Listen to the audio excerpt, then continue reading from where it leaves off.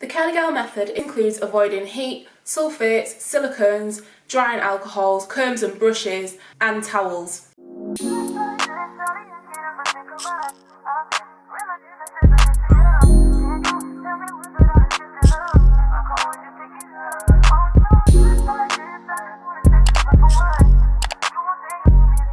What's up people, it's your girl Kiki and I'm back today with a video answering your question on what is the CAMILLE method. So the CAMILLE method was invented by an author called Lorraine Massey, and she invented this to help encourage others to focus on cleansing and conditioning and styling hair in a natural way as opposed to using heat. The aim of this method is to make sure the curls are healthy, bouncy, voluminous and restored and in the best possible condition. For the CAMILLE method you are to avoid heat, sulfates, silicones, drying alcohols, towels, brushes and combs, and harsh fragrances. Now all of this seems quite a lot and sometimes it probably is not practical to follow all of these rules, as wash day is quite a chore as it is without all of this going on, and ideally usually we want to just make our wash day as simple and easy as can be. I'm going to just touch on a couple of points as to why this method could be a positive for you and why it may not suit you and whether I follow it or not. So the positives to this method are that it does help if you have damaged or you are transitioning from damaged or relaxed hair, because it gets you into some good habits. For example, if you're using sulfates and sulfates are drying out your hair, that's probably not the best option if you have damaged hair already. So this method would just encourage you to use maybe a co-wash or a nice moisturising shampoo or a cleanser as opposed to a shampoo with a harsh sulfate. As well as that, if you're using silicones, they can sometimes cause build-up on your hair and that may prevent you from actually retaining moisture and just getting your hair to a good state of health. It can also be beneficial if you're a new curly and you've just decided to do the big chop and you're kind of wondering what to do and you're maybe quite clueless as to what products to use and how to manage your curly hair.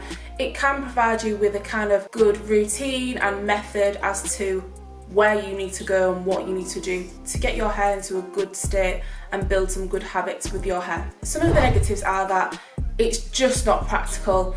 If you're saying you can't use combs and brushes and you've got a massive head of hair and you're just expected to finger detangle through all of that, it can be quite time consuming. So that aspect is probably not one that you're maybe inclined to use. As well as that, if you've got colour treated hair or your hair is damaged, silicones can actually be beneficial in repairing those bonds that have maybe been weakened by colour or heat damage. So you will want to use silicones in that case because they actually do make your hair a little bit stronger in the long run. And lastly, avoiding certain ingredients like alcohols may not be as easy as you think, because obviously you've got to do your research and you've got to find out what these alcohols look like in your ingredients list, and not everyone is aware of those things.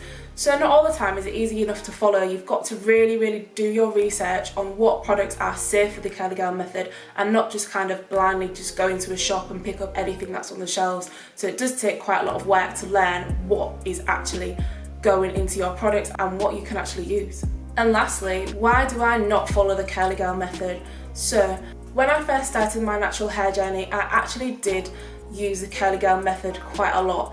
The only thing I didn't do was avoid combs and brushes, and this is just because I have quite a lot of hair, so for me to detangle using my fingers would take a long time, so I didn't want to do that. Apart from that, I did used to avoid sulfates, silicones and not use heat and all that stuff. However, now I kind of have moved away from the CAMILLE method entirely.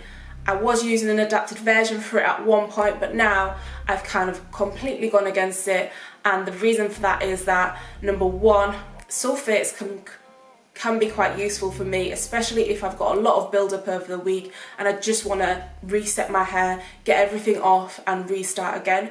I will use a harsh sulfate. Number two, silicones, especially for my hair. I do have high porosity hair in sections, and silicones for me actually help my hair. It makes it feel better. It enables it to be a little bit stronger during the winter months, so I like to use silicones personally.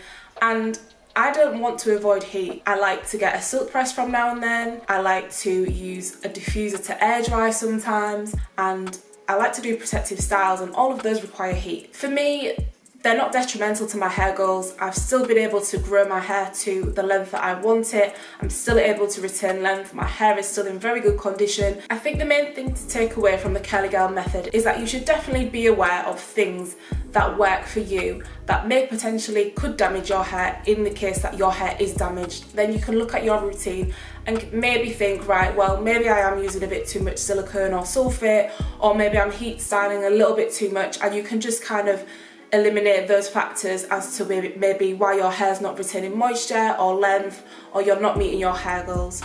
I wouldn't use it as the Bible and just follow it blindly without any consideration of what your hair is behaving like, because like I said, it won't work for everybody, and for me it doesn't work for me practically and in terms of my goals. So I'm definitely not ever going to go back to doing the Curly Girl method. Hope you've enjoyed this video. If you've got any other questions for me about the Curly Girl method, drop them in the comments box and I will see you next time.